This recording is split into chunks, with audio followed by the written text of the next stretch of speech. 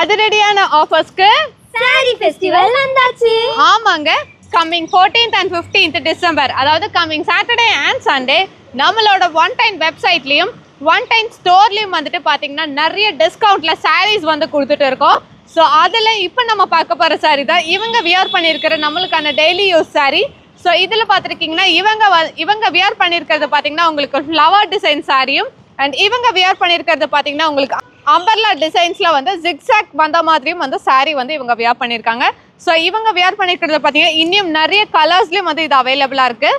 So MRP 690 வரத்துள்ள இந்த product பார்த்தீங்கன்னா நம்ம வெப்சைட்டில் 320க்கு இருக்குது.